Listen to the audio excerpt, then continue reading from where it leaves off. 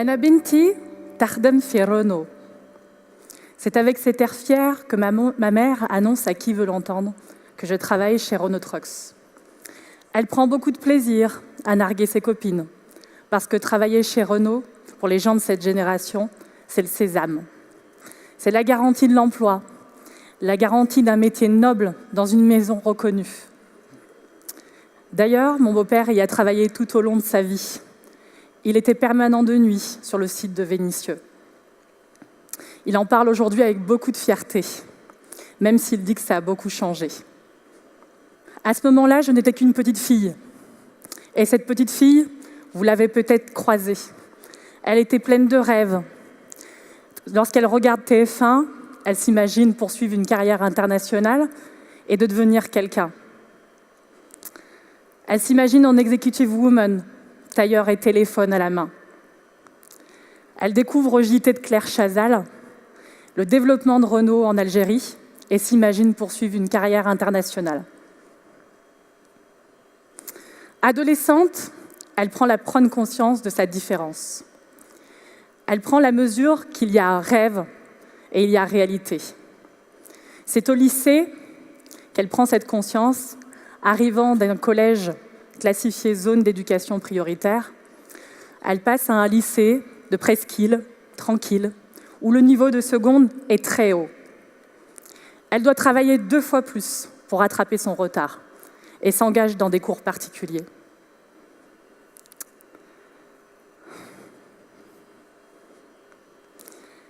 Elle a pour seul objectif à ce moment-là de passer son bac avec mention.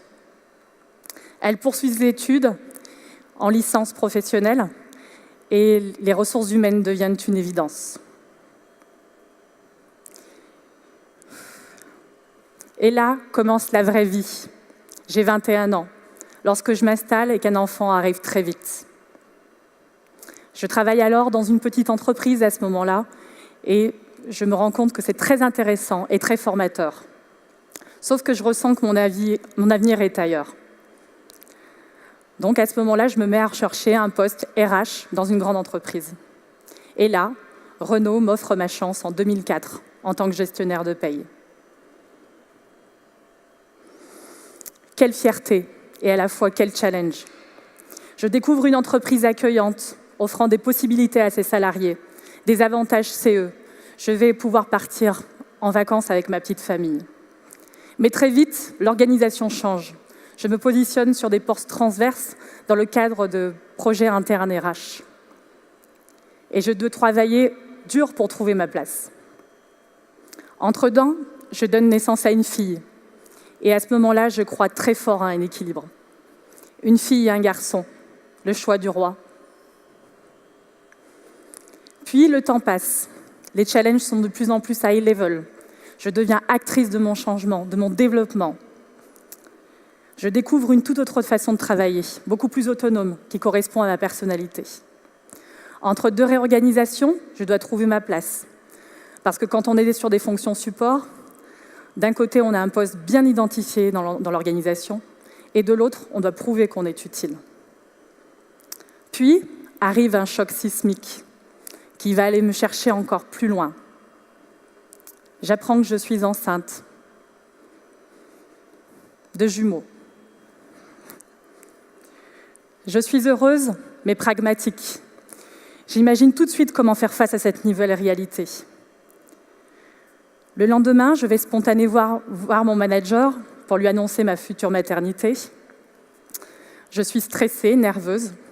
Il me regarde et me sourit. Abda, mes félicitations. On te revoit quand ? Honnêtement, je ne savais pas quoi répondre à cette question.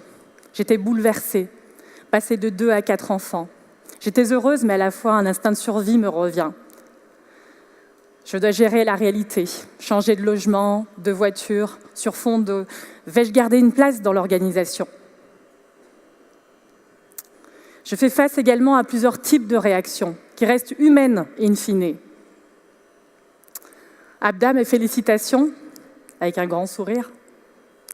Des jumeaux, mais quelle idée! Comme si on devait choisir le nombre d'enfants dans le cadre d'une grossesse. Mais Abda, comment vas-tu gérer cette situation? Bref, autant de questions dont je n'avais pas la réponse. Je démarre alors un congé maternité, tout en forme, à la maison, avec un accompagnement très fort de mes proches. Et là, après 39 semaines de grossesse, nous avons le bonheur d'accueillir nos bébés. Et nous rentrons donc à la maison et démarrons notre vie à 6. Un jeudi matin, après une nuit bien chargée, des cernes bien marquées, entre 2 biberons, je reçois un appel du directeur HR Services Workforce Administration. Un poste s'est créé, il a pensé à moi. Je raccroche, bluffée. Me contacter alors que je suis en congé maternité, waouh, je peux être encore utile à l'entreprise. Il m'envoie alors le descriptif par mail, j'en prends connaissance. Je me dis oui, pourquoi pas, parce que cela me paraît vraiment l'étape d'après, logique dans mon parcours. Alors, je me prépare à préparer un entretien en anglais, de chez moi. Pendant l'entretien, je cherche mes mots. Je suis un peu nerveuse. Et puis, j'essaye de faire transparaître ma grande motivation. Et quelques semaines plus tard, je décroche le poste. Dans ma culture d'origine, on dit que la noblesse des gens se voit dans les moments de grande difficulté. Et là, Renaud me montre toute sa noblesse. Je reprends alors le travail avec une organisation bétonnée, une motivation comme on en a rarement vu. Et je pense même que c'est à ce moment-là que je prends pleinement la mesure des mots « ressources humaines ». D'ailleurs, ce mot « ressources » ne me plaît pas tellement, parce qu'une ressource, c'est tarissable. Et l'humain est illimité. Notre potentiel est illimité. Donc peut-être qu'on devrait le renommer « potentiel humain ». Quand je reprends le travail, je dois gérer mon stress, régler l'urgence, prioriser les tâches, faire preuve de psychologie, rassurer les collaborateurs. Bref, toute compétence que maman va développer s'avère être extrêmement utile dans le cadre de mon travail. J'aime à penser que si le métier de maman était valorisé ou rémunéré, elle serait mieux valorisée. Hélas, dans nos sociétés, il faut avoir une valeur marchande pour être valorisé. Nous, les mamans, sommes une force invisible et parfois trop silencieuse et constituons l'équilibre de nos sociétés, de nos écoles. Mais à ce moment-là, je ne réalise pas tout cela. Et quand j'arrive au bureau le matin à 8h ou 9h, c'est une deuxième vie qui commence. Parce que dans la première, l'un de mes enfants a vomi à l'arrière de la voiture, l'institutrice est absente, il n'y a pas cantine. Bref, la réalité. Au fil du temps, mon regard change, s'ouvre. J'ai alors d'autres ambitions pour mes enfants. Je les mets à l'anglais, je les ouvre à d'autres cultures. Et puis, je fais face à plusieurs défis.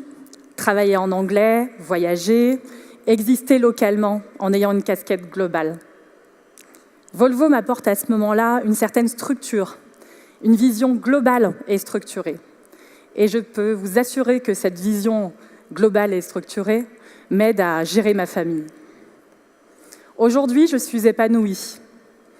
Dans la vraie vie, on ne peut pas se scinder. Lorsqu'on arrive au bureau ou au travail le matin, on ne doit pas effacer cette partie de notre identité. Tout est systémique et nos vies sont des vases communicants. Tous les gens que nous croisons dans nos ateliers, à la cantine, dans nos bureaux, ont tous quelque chose d'intéressant à raconter. Et nous faisons tous partie de cette belle et grande histoire de famille qu'est Renault Trucks Volvo. Merci.